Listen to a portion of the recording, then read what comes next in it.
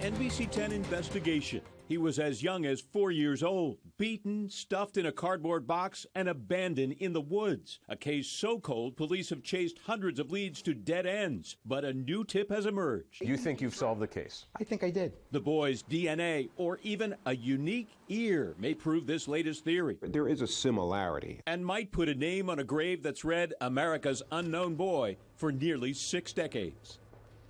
The details of this case sent chills across Philadelphia in 1957, and it continues to frustrate investigators who still receive tips to this day. The investigators were granted exclusive access to the case, and tonight, Mitch Blocker shows us how a new tip could finally give a name to America's unknown child. His grave reads America's Unknown Child. Unknown, but not forgotten. All these toys are basically new from Christmas. Dave Drysdale is the second generation to care for the boy's grave at the Ivy Hill Cemetery. I remember my father saying, "We'll take care of them. We're going to take care of them." The headstone reflects about as much as is known about the boy buried beneath it. Philadelphia police found him on February 25, 1957, naked, wrapped in a blanket, stuffed inside a baby's bassinet box. It was headline news. Pictures and maps of the crime scene made front pages. Police even cleaned and dressed the boy to release his picture.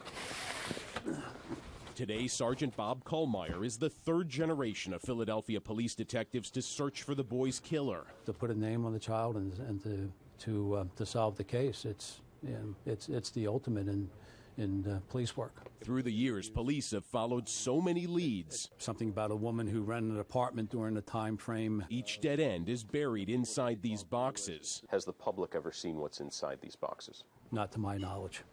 Not to my knowledge. The case files show police looked at carnival workers, Hungarian refugees, foster homes. Pictures taken in 1957 from the Fox Chase neighborhood where the boy was discovered show how much the world has changed and how little the case has.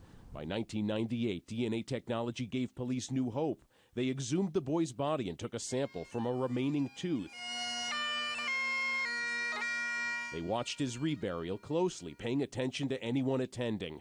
As Kollmeyer dug through 59 years of police work, he found the guest book from that day. A name stood out. There's a gentleman that we plan to talk to. It's all he'd say. Another road to go down, perhaps another path to disappointment. But as we investigated the mystery, we found there are those who believe the boy's DNA offers hope, those who say it could soon erase the word unknown. You think you've solved the case? I think I did. It makes the most sense when you look at all the facts. Two authors, Jim Hoffman near Los Angeles, Lou Romano outside New York, say they've traced the boy's family to Memphis, Tennessee. The only way I'm going to find out, Mitch, is if this is the child, is the DNA evidence. Scientific evidence. While researching separate books, they paired two tips together. One from a woman claiming her mother bought and killed the boy. The other from a Philadelphia man claiming his family rented a home to a man who sold his son. They took a DNA sample from who they believe to be the boy's brother. We're not showing you his face or releasing his name because he was not interested in being a part of this story. We can show you this picture. The authors believe this is the unknown boy's father.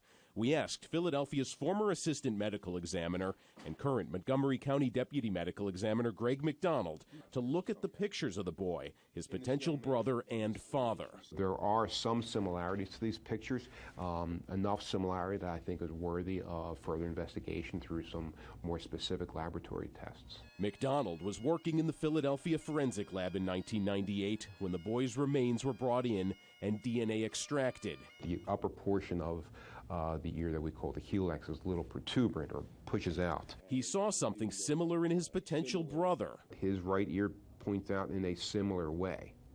So that is a potential connection, genetic connection. McDonald showed us common traits among all three photographs. Some similarities in the facial structure, even the nose itself in this young boy, the end of it's a little bit bulbous. You can see a similar feature present on his potential brother as well. Philadelphia police were well aware of the author's theory. Is this a good tip? It's an average tip. Sergeant Kollmeyer and his colleagues worked 280 homicides in 2015. He He said they have to work fresh cases first, leaving little time to chase just any lead in a case 59 years cold. Do you plan to test the DNA? We're going to investigate further, is what we're going to do. Toys and candy left at his grave prove the boy in the box is not forgotten, especially for those who see him every day. I hope that one day there'll be a name on that stone.